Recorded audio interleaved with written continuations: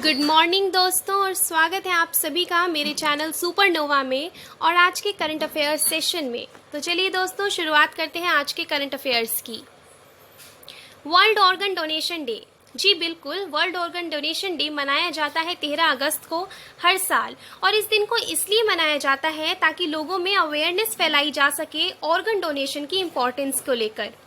इस एम का मेन उद्देश्य यही होता है कि जो नॉर्मल ह्यूमन बींग्स हैं वो प्लेज करें, वो शपथ लें कि after their death they will donate their organs. वो अपने ऑर्गन्स जो है डोनेट कर देंगे उन लोगों को जिनको उन ऑर्गन्स की ज़रूरत है, and to spread awareness about the importance of organ donation. Second news है, ये एक बुक आई है, art cinema and India's forgotten futures, film and history in the post colony.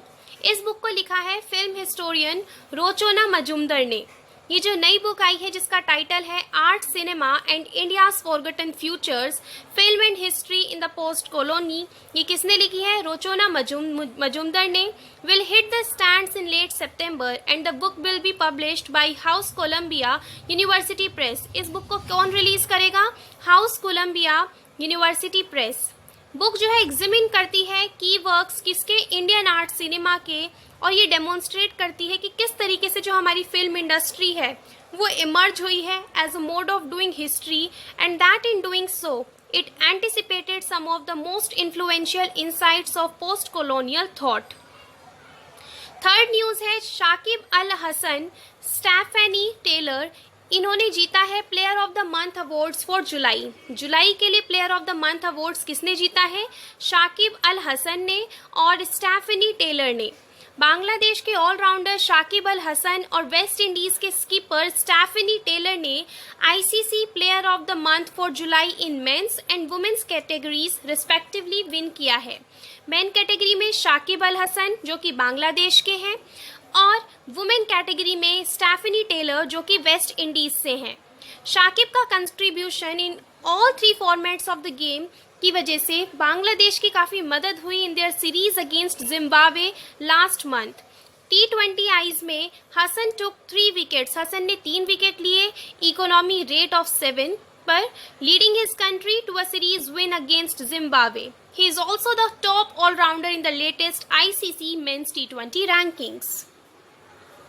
Fourth news है, एशिया के oldest football tournament Durand Cup, ये कब होगा? कोलकाता में होगा 5 सितंबर से।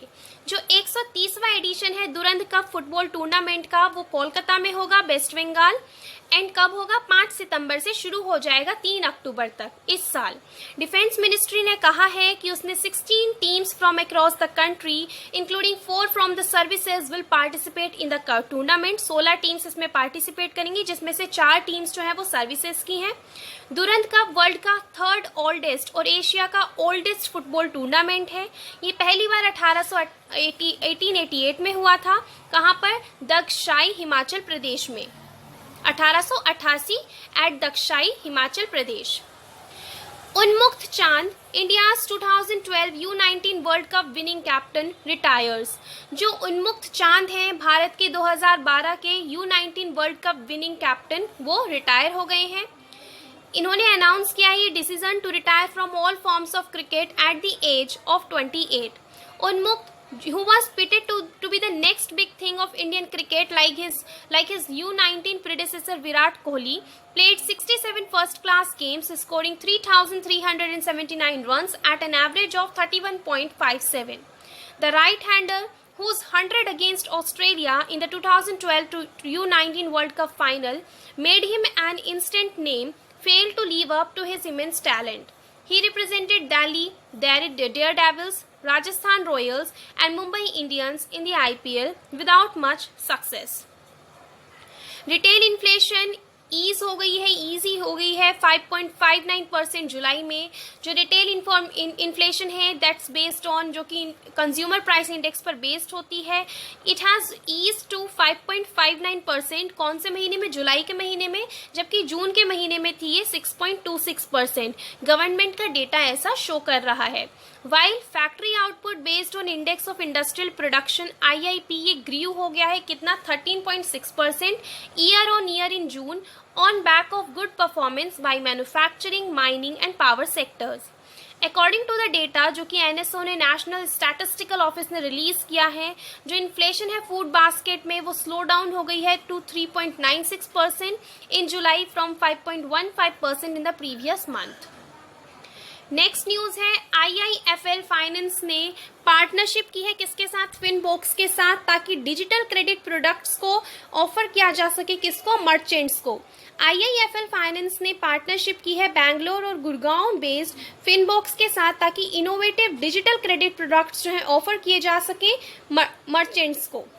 इन्वेस्टमेंट सर्विसेज कंपनी ऑफर करेगी digital credit avenues to its merchants B2B e-commerce traders using FinBox embedded buy now pay later and working capital credit products. इस partnership की वजह से आईआईएफएल और फिनबॉक्स जो हैं 1000 करोड़ डिसबर्स करेंगे लोन्स में over the next 2 quarters through a completely digital model.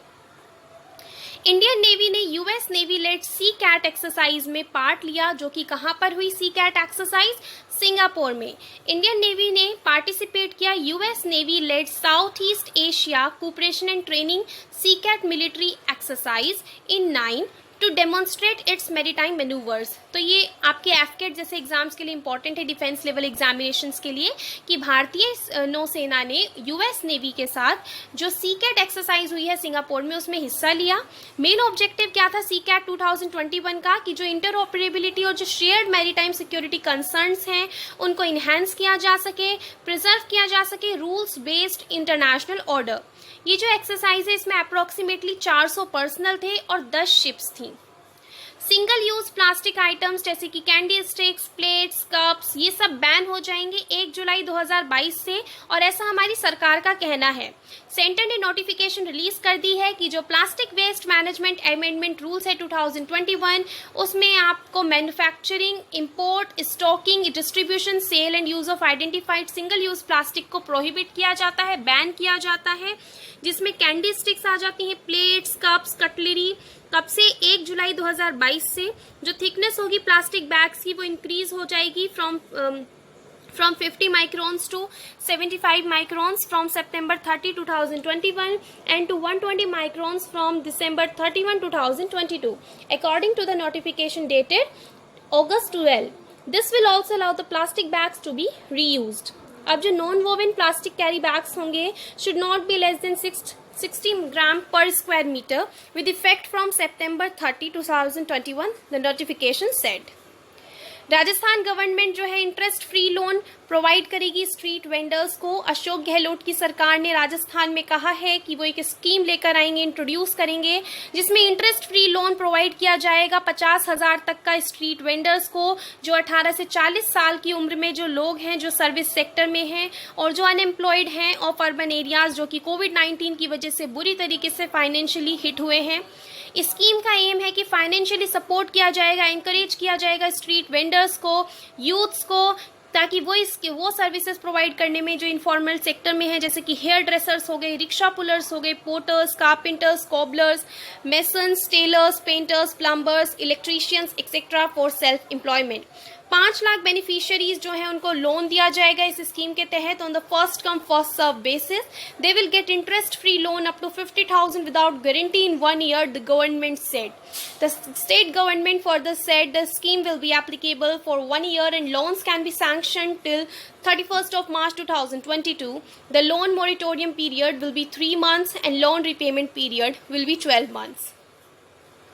So friends, here we reach to the end of our session. I hope that you liked the session, that the content that was presented in the video is really useful. So I request you to please subscribe the channel,